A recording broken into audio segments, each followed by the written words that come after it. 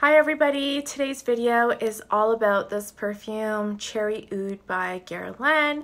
This was sent to me by the brand for review, and it's one of their newest launches in La Matière collection. There's 3 perfumes that they launched at the same time, and they're all Oud perfumes. This one is Cherry Oud, there's Oud Nude, and then there's also Oud Kohl. And I believe Oud Kohl is limited distribution, so it's not available in North America and only available in the Middle East. So the notes of this perfume are cherry, cardamom, rose. There's lots of different kinds of rose, oud, of course, and then the brand says that this perfume finishes with a dusky leather accord. Now, if you're not a fan of leather, I wouldn't really worry about that part, because to my nose, I didn't really get a lot of leathery facets in this perfume. I didn't get, any birch tar, and I didn't get any synthetic leather accords. So definitely this does not really seem like a leathery perfume to me. In my opinion, this is more of a rose perfume with a little bit of cherry and a little bit of a gourmand leaning side, and then of course there is an oud that is detectable to my nose.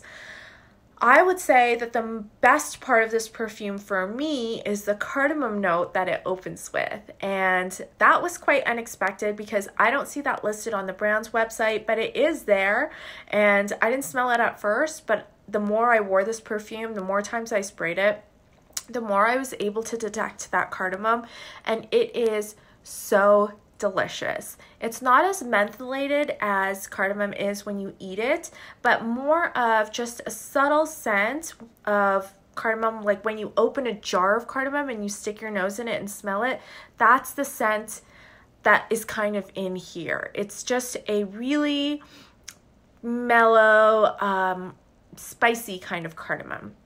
I know that cinnamon is also one of the listed notes, and I did not sense any of the cinnamon, but I would say that if it's in there, it kind of serves to make that cardamom a little bit more spicy. The cherry that's in here is actually really nice, and it did not remind me of cherry cough syrup, thank God. I think that that's what a lot of people felt when they feel like they're going to smell a cherry perfume. They're going to smell something that reminds them of a cough syrup that they took when they were a kid, and that's not what I smell in here. Actually, what the cherry reminds me of is that Swedish berry candy that, I don't know, I grew up eating those, and I know lots of kids eat them these days also. So the cherry kind of reminds me more of that gummy candy rather than anything else. It's definitely not a realistic cherry note. Like, I don't get that fresh bowl of cherries from the summertime in this. I just get like a cherry candy. And so the cardamom, the sweet cherries, the sweetness of the rose, all of those are amplified in the beginning, and it's so mouth-watering. And that's the part of this fragrance that I like the best. And then throughout most of its wear, I would say that it's a pretty linear rose perfume. There's 2 kinds of rose notes that are listed on here. There's Turkish rose and Bulgarian rose. I would say the rose really smells more sweet, so different than some other rose perfumes that I have, which is okay.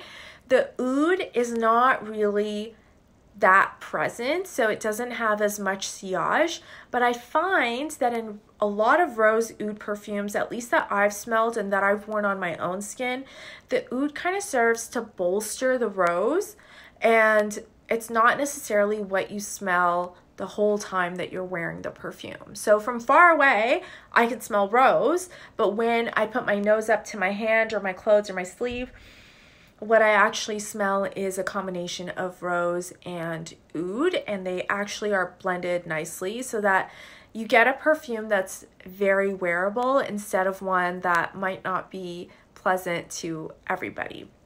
What else do I want to say about this? I guess lasting power is really, really good.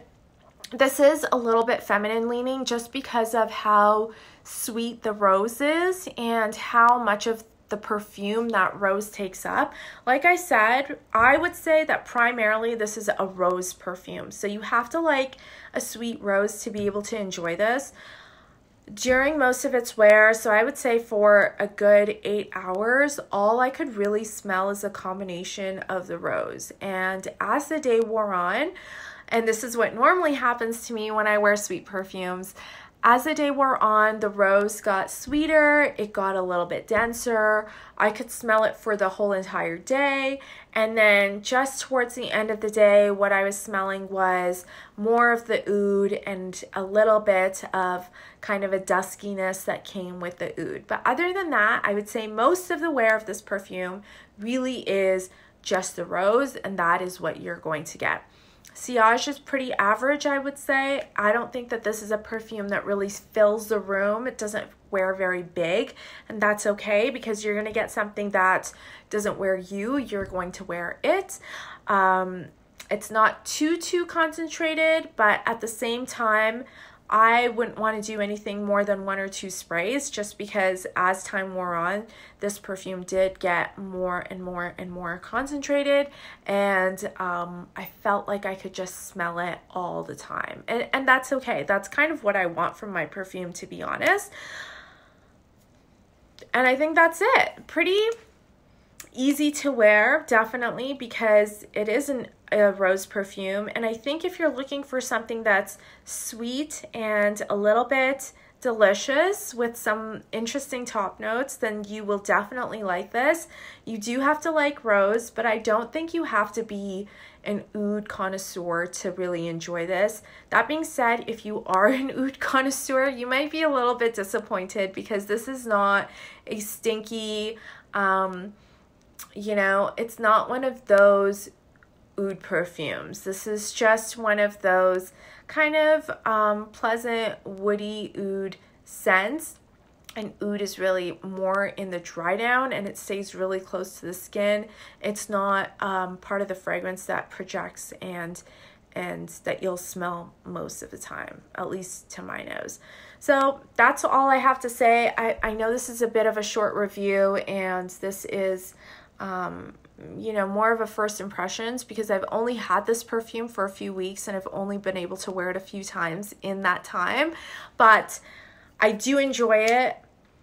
And as someone that loves cardamom and loves rose, this is actually right up my alley. I definitely would not have been interested in trying it if it didn't have those facets to it. And if you're worried about cherry or worried about oud, I don't think you need to really worry too much. Go ahead and take a sniff and let me know what you think. Thanks for watching. I'll see you next time.